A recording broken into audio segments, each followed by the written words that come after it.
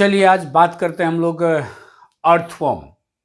Yes, that is in the syllabus of the class 11th CBSE और NEP दोनों में class 11th में ही है और बहुत ही इम्पॉर्टेंट टॉपिक है, इम्पॉर्टेंट चैप्टर है। बहुत सारा क्वेश्चन भी आते रहता है for the NEET as well as for the अब नेपाल में सीई के लिए आने का प्रोबेबिलिटी। ओके, तो आज बात करते हैं हम लोग अर्थवॉर्म का और बहुत कुछ जानेंगे इसके बारे में। बहुत ही इंटरेस्टिंग चीज़ भी है, बहुत हम लोग के सोसाइटी में मिसकंसेप्ट है, उसको भी थोड़ा सा चेंज करेंगे। और whatever the questions will be come there, हम लोग बहुत सारा डेप्थ पे जाके एकदम इजी वे में सिंपल लैंग्वेज में अंदर तक जाके नॉलेज को सिस्टमाइज करेंगे। Okay, thank you all of you, have the welcome to everyone on your channel NAP Education और मी myself अभय कुमार मिश्रा आपका स्वागत करते हैं। चलिए आज बात करते हैं हम लोग अर्थवॉर्म। अर्थवॉर्म कॉमनली जानते हैं इसको अर्थवॉर्म के नेम से। Yes, there are many species, near about more than 1000 species reported है, लेकिन जो हम लोग मोर कॉमनली पढ़ते हैं वह पढ़ते हैं पोस्थुमा, फेरिटीमा, पोस्थुमा के बारे में लेते हैं हम लोग, Pheretima posthuma. Yes, otherwise Megascolex genus भी है इसका। There is the other species भी एग्जिस्ट करता है, लेकिन मोर कॉमनली हम लोग पोस्थुमा पढ़ते हैं क्योंकि ये लार्ज इन साइज होता है और पढ़ने में हम लोग के लिए आसान भी है। And omnipresent means present in the our surrounding everywhere, सभी जगह प्रेजेंट भी है, इसीलिए इसके कंसिडरेबल साइज और ओमनी प्रेजेंट होने के कारण इसका स्टडी बहुत ही आसान होता है।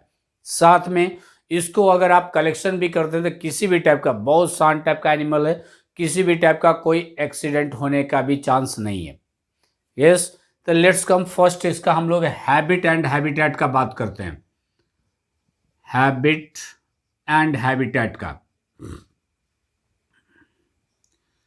If you see the it's habit and habitat, तो it uses to be the, it's name is the earthworm, क्योंकि ये सॉइल को फीड करता है, ये सॉइल फीड करता है, सॉइल खाता है, इसीलिए यहाँ पे अर्थ जो लिया गया वह मीनिंग ऑफ द सॉइल है। ओके, लेकिन ये सॉइल खाता तो जरूर है, बट सॉइल को एक्चुअली ये यूज करता है एज अ मीडियम।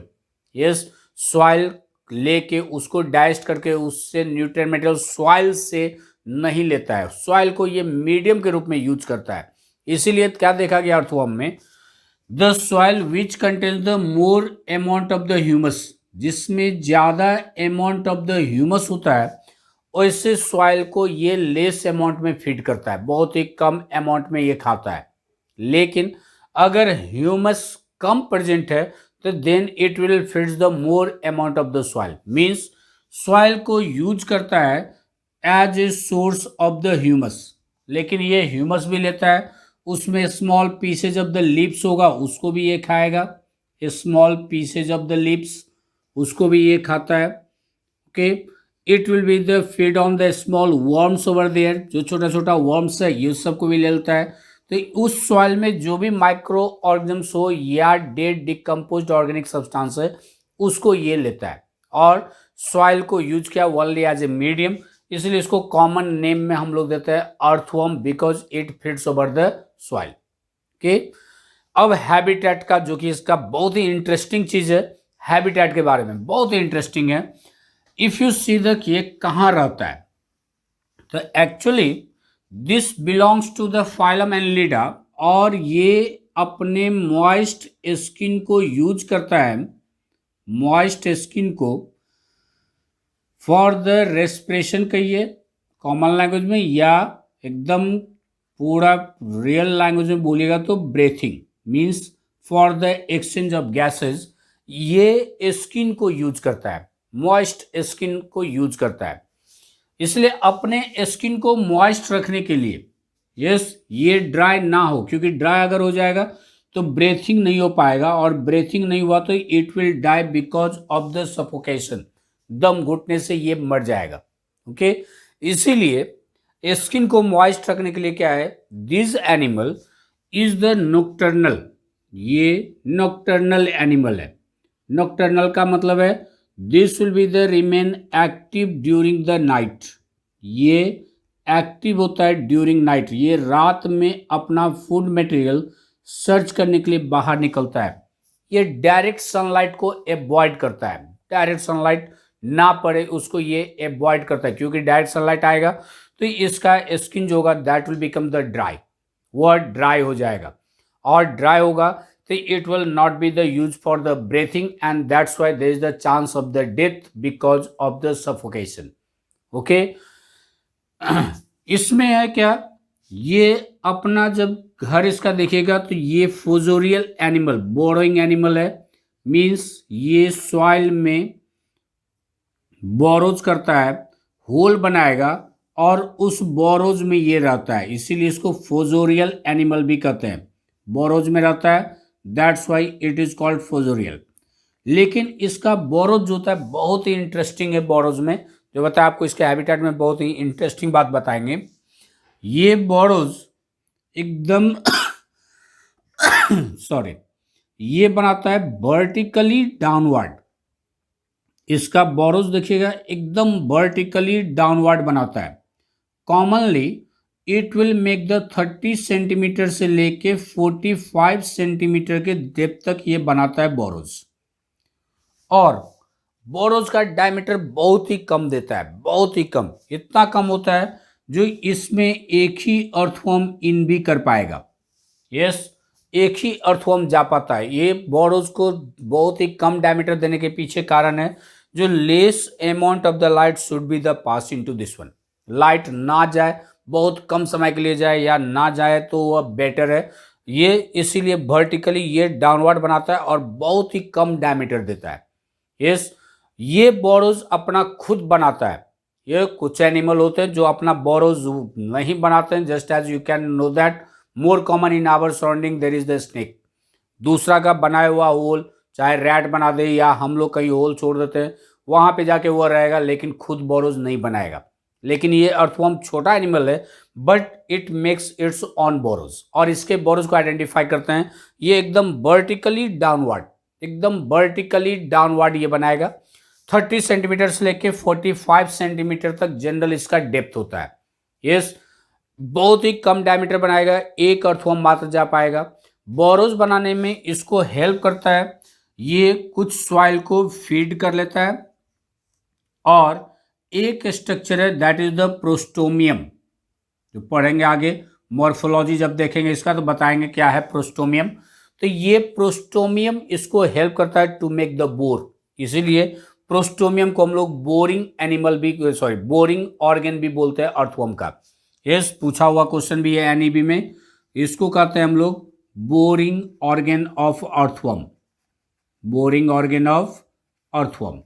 इससे ये बोर करता है, मतलब जो छोटा होल बनाया सॉइल फीड करके, तो ये मस्कुलर आउटग्रोथ है प्रोस्टोमियम, उससे ये क्या करता है, उसको बोरोज करता है, बोर करता है, उसको साइज को बड़ा करेगा। Okay, this is happened it's.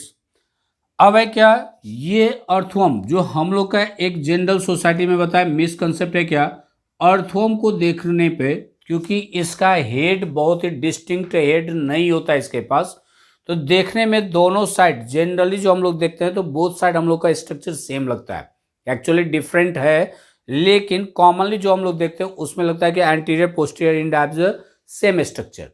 सो एक मिसकंसेप्ट है क्या, लोग समझता है that earthworm can move backward also as well as forward also, लेकिन ऐसा नहीं होता है। ये बैकवर्ड लिटिल बिट थोड़ा सा मूव कर ले अलग बात है, लेकिन बहुत ही कंसिडरेबल ये मूव नहीं कर पाता है, थोड़ा सा मूव करता है। यस, लेकिन ये बहुत ही कंसिडरेबल बैकवर्ड मूवमेंट नहीं कर पाता है।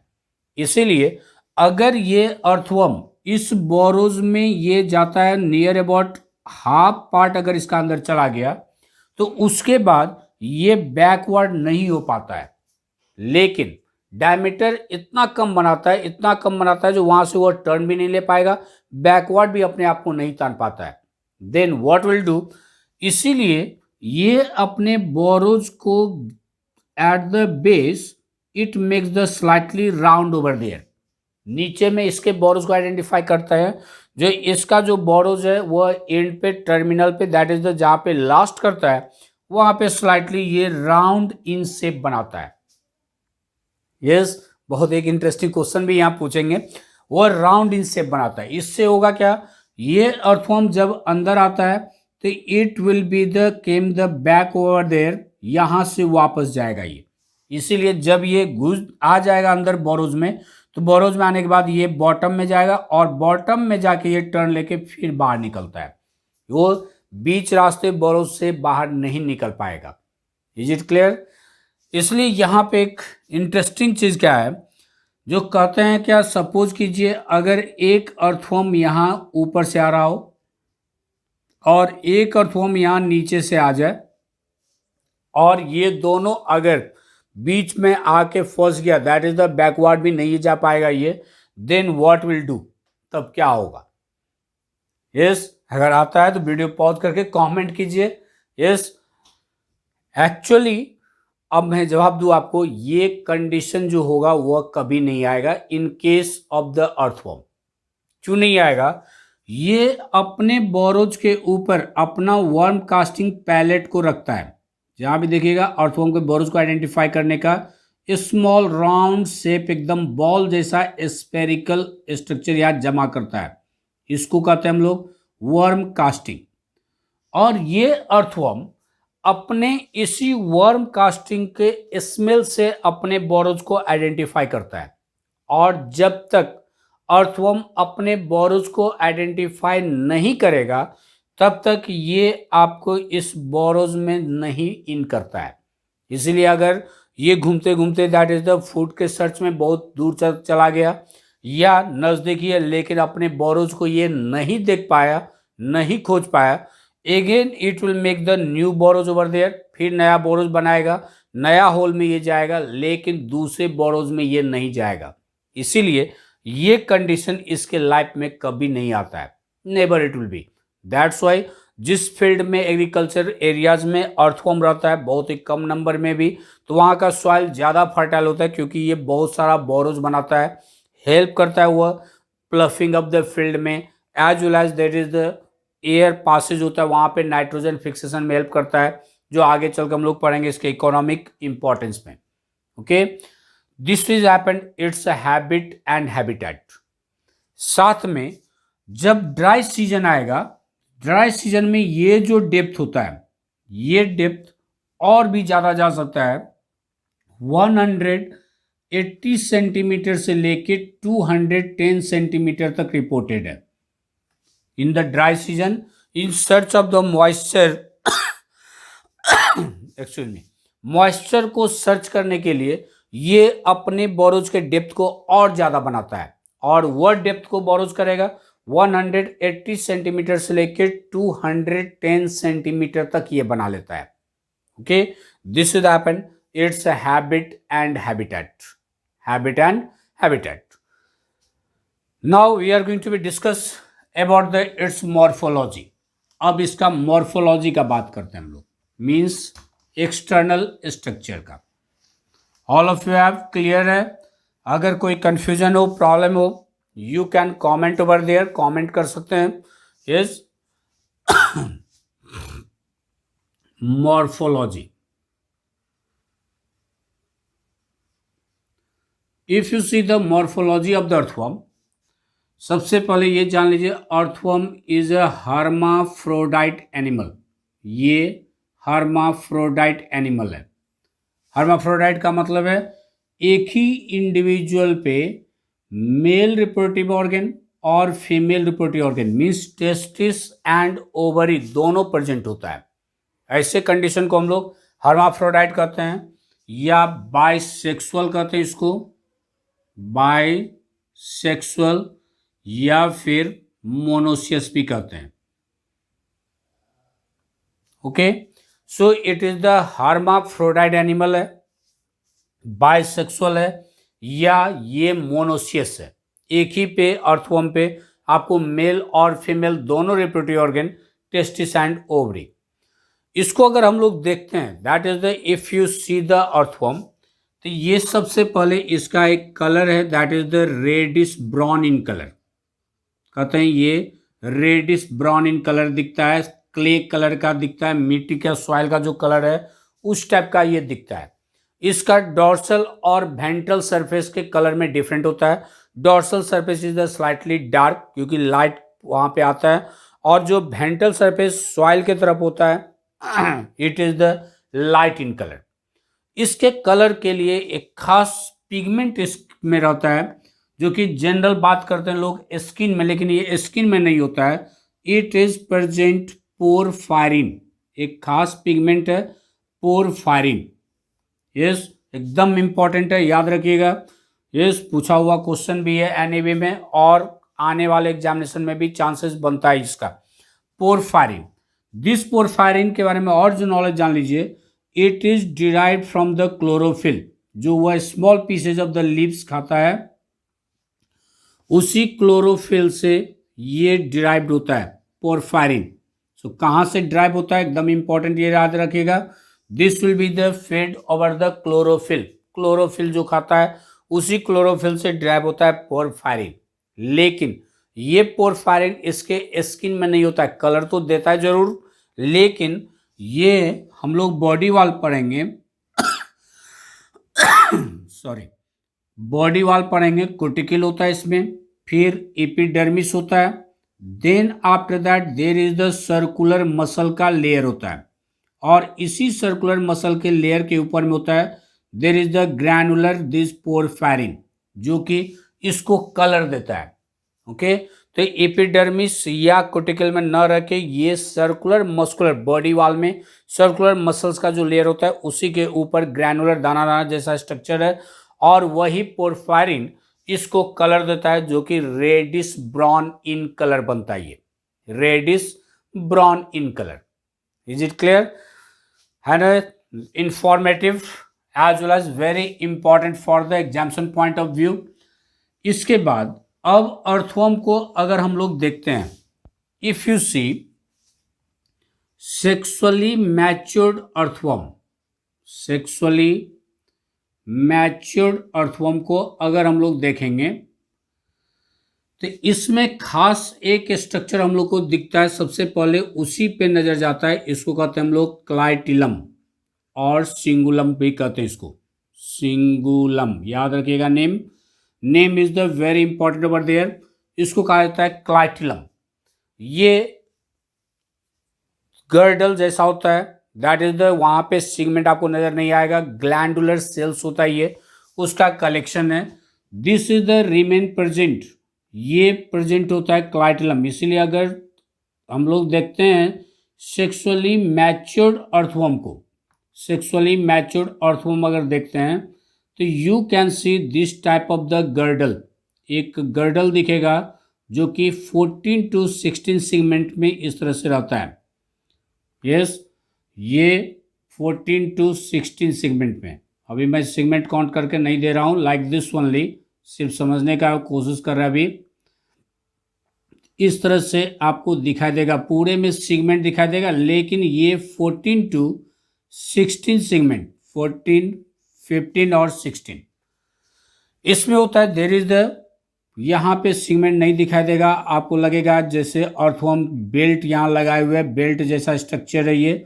गर्डल होता है, ग्लैंडुलर सेल्स इसमें होता है, इसको कहते हैं हम लोग क्लाइटिलम और सिंगुलम। लेकिन ये क्लाइटिलम सिर्फ सेक्सुअली मैच्योर्ड अर्थवर्म में देखने को मिलेगा, जो अभी सेक्सुअली मैच्योर्ड नहीं है उसमें ये नहीं दिखता है क्लाइटिलम। ओके, तो यहाँ पे हम लोग बात कर रहे हैं सेक्सुअली मैच्योर्ड अर्थवर्म का, तो ये जान लीजिए सेक्सुअली मैच्योर्ड अर्थवर्म में you can see there is the clitellum, clitellum मिलेगा। ओके, लेकिन साथ में इंटरनल स्ट्रक्चर में पढ़ेंगे, फिर डिटेल भी करेंगे। एक और जान लीजिए, अभी यहीं से ये नॉलेज ले लीजिए, सेक्सुअली मैच्योर्ड अर्थवर्म में टेस्टिस नहीं होता है। सेक्सुअली मैच्योर्ड अर्थवर्म में, विश्वास नहीं हुआ समझ लीजिए, सेक्सुअली मैच्योर्ड अर्थवर्म में टेस्टिस नहीं होता है। इसीलिए हम लोग को दो स्ट्रक्चर में या तो क्लाइटलम दिखेगा या टेस्टिस दिखेगा। जब सेक्सुअली मैच्योर्ड हो गया तो क्लाइटलम दिखेगा, तो देयर इज नो टेस्टिस। अगर ये सेक्सुअली इमैच्योर्ड है, उस समय में इसके इंटरनल स्ट्रक्चर में पढ़ेंगे हम लोग, वहां पे टेस्टिस मिलेगा, तो बाहर आपको क्लाइटलम नहीं मिलेगा। तो ये दो स्ट्रक्चर टेस्टिस और क्लाइटलम कभी भी अर्थवर्म में एक साथ नहीं दिखता है, या कहिए एक अर्थवर्म में ये दोनों स्ट्रक्चर आप नहीं देख सकते हैं, कोई एक ही देखिएगा, या तो क्लाइटलम या फिर टेस्टिस। ओके, ये बिलोंग करता है phylum Annelida. Earthworm belongs to the phylum Annelida, Annelida phylum को में, जिसमें सबसे मेन कैरेक्टरिस्टिक है the body is metamerically segmented. Metamerically segmented होता है। मेटामेरिकली सिगमेंटेड मीन्स व्हाट, जो इसका बॉडी लॉन्गिट्यूडनली ऐसे आपको पीसेस सिगमेंट का मिलेगा, सिगमेंट का बना हुआ दिखेगा, ये इसको कहते हैं हम लोग मेटामेरिकली सिगमेंटेड। एक सिगमेंट को कहा जाता है somite, one segment if you are talking, इसको कहा जाता है सोमाइट और मेटामेयर। लॉन्गिट्यूडनली सिगमेंटेड होता है और इसका जो सिगमेंटेशन होता है वह एक्सटर्नली भी होता है और इंटरनली भी होता है। यस, इंटरनली भी है और एक्सटर्नली भी है। बाहर से जो दिखता है, जो दो सिगमेंट के बीच में आपको रिंग दिखेगा, इंटर सिगमेंटल ग्रुप, या इसको हम लोग कहते हैं एनुलाई,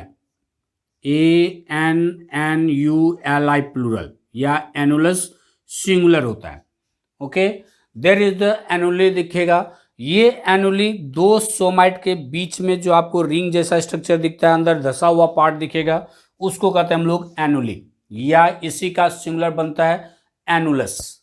एनुलस, ANNULUS, एनुलस। एक का नाम देते हैं हम लोग सोमाइट और मेटामेयर।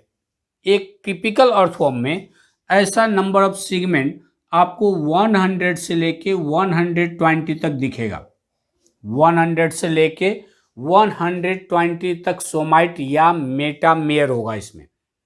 Yes, any confusion up to here? अभी तक मॉर्फोलॉजिकली में हम लोग क्या देख लिए, फिर से सुन लीजिए एक बार, क्या समझ लिए? जो अर्थवर्म हर्माफ्रोडाइट एनिमल है, एक ही एनिमल में male reproductive organ means testis and ovary दोनों प्रेजेंट होता है। ओके, ये रेडिश ब्राउन इन कलर होता है, जो कि एक पिगमेंट है, that is the porphyrin, derived from where, derived from the chlorophyll. और एपिडर्मिस के नीचे सर्कुलर मसल के लेयर पे ये ग्रैनुलर स्ट्रक्चर होता है, जो कि इसको कलर देता है। Okay, that porphyrin. इसके बाद बात किए, जो सेक्सुअली मैच्योर्ड अर्थवर्म को देखेंगे तो हम लोग को एक गर्डल दिखेगा, एक स्ट्रक्चर दिखता है जहां पे एकदम स्मूथ प्लेन होता है, बेल्ट जैसा दिखेगा। ये बहुत सारे ग्लैंडुलर सेल का कलेक्शन होता है ये, और उसी को हम लोग कहते हैं क्लाइटलम और सिंगुलम। क्लाइटलम और सिंगुलम, जो कि 14 से लेके 16 सेगमेंट तक होता है। ओके, ये बिलोंग करता है फाइलम एनिलिडा। एनिलिडा का मतलब मेन कैरेक्टरिस्टिक है मेटामेरिकली सिगमेंटेड, और इसका सिगमेंटेशन बहुत ही पिकुलियर होता है। एक्सटर्नली बाहर से भी सिगमेंटेड होता है और इंटरनली भी सिगमेंट होता है। इंटरनल स्ट्रक्चर में भी पढ़ेंगे, इंटरनल स्ट्रक्चरली ये इंटरनली भी सिगमेंटेड होता है, याद रखिएगा। ओके, तो एक्सटर्नली सिगमेंट में जो एक सिगमेंट है उसको हम लोग कहते हैं सोमाइट, और दो सोमाइट को जो सेपरेट करता है इंटर सिगमेंटल ग्रुव, उसको एनुली। यस, इसको कहते हैं हम लोग annuli. That will be the total number of the somite एक अर्थवर्म में 100 से लेके 120 तक मिलता है। ओके, 100 से लेके 120 तक। Now if you see the its structure, इसी क्लाइटिलम के कारण, क्लाइटिलम प्रेजेंट है इसलिए इसके बॉडी को हम लोग फंडामेंटली 3 पार्ट में डिवाइड कर लेते हैं। एक जो क्लाइटिलम से आगे है, इसको कहा जाता है प्री क्लाइटिलर रीजन। प्री क्लाइटिलर रीजन, जो क्लाइटिलम जहां पे है मीन्स 14 to 16, इसको कहा गया क्लाइटिलर रीजन। एंड इसके बाद 17 से लेके लास्ट सेगमेंट तक 100 या 120 तक, इसको कहा गया पोस्ट क्लाइटेलर रीजन। क्लाइटेलम के बाद का पार्ट है ये, इसीलिए post clitellar region. Post means after, yes. The pre clitellar region before the clitellum, clitellum के एंटीरियर जो पार्ट है means that will be the prostomium to the 13 segment. जहां पे क्लाइटेलम प्रेजेंट है 14 to 16 वो हो गया क्लाइटेलर रीजन, और post part posterior to the clitellum that has given the name post clitellar region. इतना चीज हम लोग इसके बॉडी को 3 पार्ट में डिवाइड कर लेते हैं on the basis of the clitellum, clitellum के रीजन के हिसाब से। Is it clear? क्लियर है? यहां तक समझ में आ रहा है तो that will be the like तो बनता है नहीं। And if you are the new one on this channel, you subscribe it, you can get this type of the video. Yes. इसके बाद अगर हम लोग देखते हैं इसमें, if you see the earthworm का स्ट्रक्चर, तो इसमें फर्स्ट सेगमेंट में होता है there is the presence of the mouth, और यहीं पे एक मस्कुलर आउटग्रोथ होता है जिसको कहते हैं हम लोग प्रोस्टोमियम। यस, ये मस्कुलर आउटग्रोथ है, इसको कहा गया प्रोस्टोमियम। इसको सेगमेंट में हम लोग काउंट नहीं करते हैं, और फर्स्ट सेगमेंट में माउथ प्रेजेंट होता है, इसीलिए फर्स्ट सेगमेंट को कहा गया पेरिस्टोमियम, या इसको बकल सेगमेंट भी कहते हैं, बकल सेगमेंट। पेरी का मतलब पेरीफेरी, स्टोमियम टर्म लिया गया stoma, it means mouth. Mouth के पेरीफेरी फर्स्ट सेगमेंट होता है, इसीलिए इसको कहा गया पेरिस्टोमियम, पेरिस्टोमियम। इसके बाद सबसे लास्ट सेगमेंट में यहाँ पे एनस ओपन होता है जो कि वेंट्रल होता है ये, इसीलिए इसके लास्ट सेगमेंट को हम लोग कहते हैं anal segment, anal segment. So it's alimentary canal extends from the first segment से लेके लास्ट सेगमेंट तक रहता है। फर्स्ट सेगमेंट में माउथ है जिसको हम लोग कहते हैं पेरिस्टोमियम और buccal segment, and last segment पे टर्मिनल में रहता है there is the presence of anus opening for the egestion, उसको लोग कहते हैं हम लोग एनल सेगमेंट या हैंड सेगमेंट है। ये सबसे पीछे और सेगमेंट है, that is the anal segment. ये 100 से लेके 120 तक हो सकता है, 100 से लेके 120 तक। ओके, इसके बाद इसके अगर हम लोग डॉर्सल साइड में देखेंगे, अर्थवर्म के डॉर्सल साइड में, जैसे ये हम लोग सेगमेंट इस तरह से बनाते हैं, इसका diagram this is the like this. If you see on the dorsal side तो कुछ हम लोग को क्या क्या स्ट्रक्चर दिखेगा।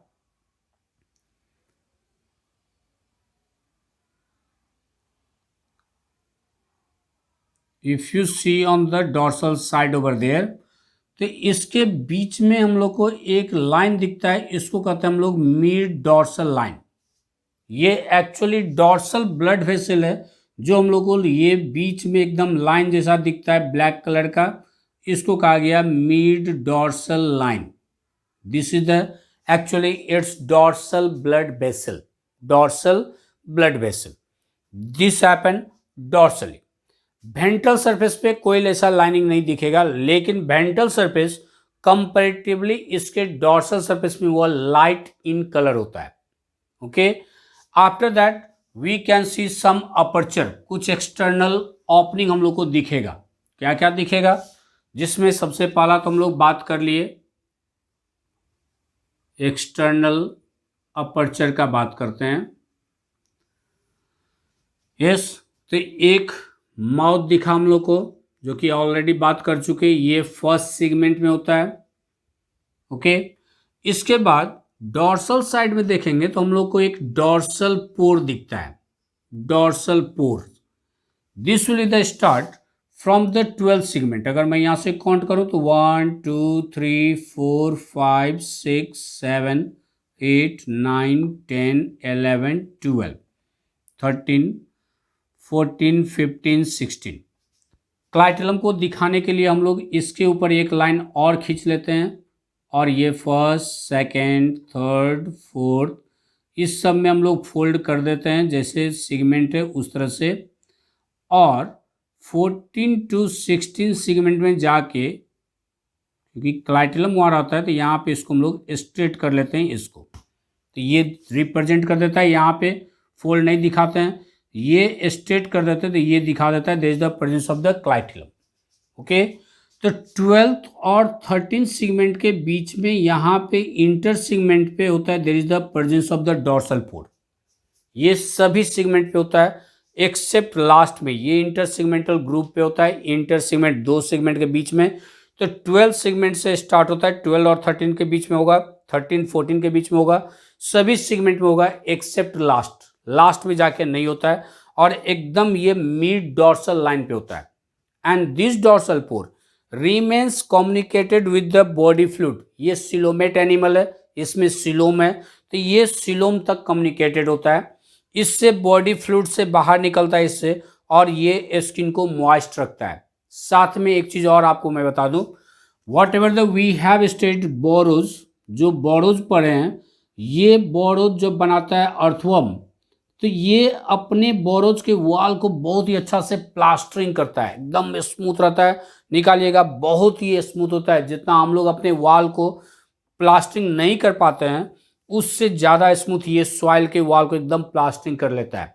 और वह प्लास्टरिंग के लिए देयर इज द डॉर्सल पोर का भी सिक्रेशन आता है, साथ में इसके स्किन में कुछ लाइम ग्लैंड्स होता है जो लाइम सिक्रेट करता है, और उसी से ये पूरा प्लास्टरिंग करता है, एकदम प्लास्टरिंग स्मूथली होता है, जिससे अर्थवर्म अगर उसमें जाए तो किसी भी टाइप का कोई मैकेनिकल इंजुरी ना हो। ओके, और आते जाते इसी डॉर्सल पोर से सिक्रेशन भी निकलते रहता है, उस वाल को ये मॉइस्ट रखे रहता है, जिससे किसी भी टाइप का कोई मैकेनिकल इंजुरी नहीं हो। ओके, तो this is the happen dorsal pore. इसके बाद आपको मिलेगा नेफ्रिडियोपोर्स।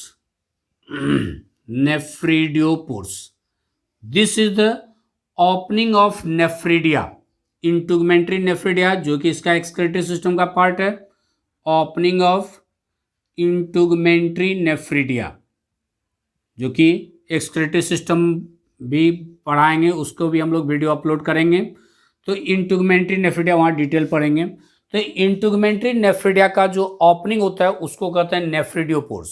This remain present on all the segment except first and second segment में नहीं होता है, लास्ट सेगमेंट में नहीं होता है। यस, तो that is the except first and second segment, और लास्ट सेगमेंट में नहीं होगा, नहीं तो nephridiopores remain present in the all the segments over there. ये एक्सक्रीटरी ऑर्गन है अर्थवर्म का nephridia. Okay, there are some types, तो एक टाइप इंटुगमेंट्री नेफ्रिडिया। इतना चीज हम लोग को दिखेगा इसके डॉर्सल साइड में। जब इसको हम लोग वेंट्रल करते हैं तो कुछ और ओपनिंग हम लोग को दिखता है, क्या सब दिखेगा, तो एक मिलता है spermathecal pore, spermathecal pores, these are the 4 pairs, ये होता है बिटवीन द 5 6 6 7 7 8 एंड 8 9 सेगमेंट के इंटर सेगमेंटल ग्रुप। यानी इसको अगर हम लोग वेंट्रली करें, तो वेंट्रल अगर करेंगे तो हमको ड्रॉ करने का जरूरत नहीं है, मिड डॉर्सल लाइन को अगर हटा देते हैं तो ये बन जाएगा वेंट्रल सरफेस। ओके, अब इसमें ये 5 6 जो सेगमेंट है 5 6, इसके बीच में यहाँ पे होता है स्पर्मैथिकल पोर, 6 7 के बीच में either side on the ventrolateral surface पे 1 पेयर्स होता है on the each intersegmental group. Intersegmental group को लिखा जाता है 5/6 लिख रहे हैं, तो इसका मतलब है you are talking about the intersegmental group present between the 5 and 6 segment. 6/7 लिखे हैं तो इसका मतलब 6 और 7 सेगमेंट के बीच में, तो ये दोनों साइड होता है, एंड इसको कहते हैं जो that is the ventrolateral surface, ventrolateral position होता है। 1 pair of the spermathecal pore on the 5 6, 1 pair on the 6 7, 1 pair on the 7 8 and 1 pair on the 8 9, means altogether there are 4 pairs of the spermatical pores. After that, on the 14th segment you can get only one, there is the female genital pore। 14th segment में मिलता है female genital पोर, female genital पोर, जहां से ये female gamete release करता है, it is the only one on the mid ventral surface of the 14 segment, एकदम 14 segment के मिड वेंट्रल सरफेस पे होता है। वेंट्रल जो एक ही होगा वह हमेशा मिडिल में है। Is it clear? इसके बाद you can get male genital pore. Male genital pore, ये male genital pore it will be the one pair. Male genital pore जो होता है ये वन पेयर मिलेगा, और ये वन पेयर मिलता है इन द 18 सेगमेंट। ये 16 हो गया, 17 हो गया, 18 हो गया। 18 सेगमेंट में there will be the you can get the male genital pore. Male genital pore on the 18 segment one pair होता है on the ventrolateral surface. Ventrolateral surface पे एकदम स्पर्मैथिकल पोर जैसे होता है उस तरह से। इसके बाद यहाँ पे 17th और 19th में one pair on the 17th and one pair on the 19th एक short elevation of the muscles दिखता है जिसको हम लोग कहते हैं जिनाइटल पैपिले। जिनाइटल पैपिला या papillae, papillae is the plural, singular will be the papilla. ये one pair on the 17 segment and one pair on the 19 segment, means altogether there are two pairs of the genital papilla will remain present. Okay, यहाँ पे एक बात करें, जैसे हम लोग अगर अर्थवर्म को डिसेक्ट करते हैं, इसको अगर हम लोग डिसेक्ट करते हैं तो हम लोग को डॉर्सल और वेंट्रल सरफेस आइडेंटिफाई करना पड़ता है। ओके, तो डॉर्सल सरफेस को आइडेंटिफाई कर लेते हैं हम लोग by the observing the dark colour mid dorsal line, अगर है तो डॉर्सल सरफेस है, और जो लाइट कलर है वह वेंट्रल है। कहिएगा क्यों डॉर्सल वेंट्रल करेंगे हम लोग सर? क्योंकि ये इनवर्टिब्रेट है, जब इसको हम लोग को डिसेक्ट करना पड़ता है तो we are dissecting it dorsally, क्योंकि वेंट्रल साइड में इसका वेंट्रल नर्व कॉर्ड होता है, तो अगर आप डिसेक्ट करेंगे तो वेंट्रल नर्व कॉर्ड कटने का डर रहता है। यस, अर्थवर्म लैब में बहुत दिन से प्रिजर्व किया रहता है, तो हो सकता है मिड डॉर्सल लाइन या कलर डिफ्रेंसिएशन उतना ज़्यादा आसानी से ना दिखे।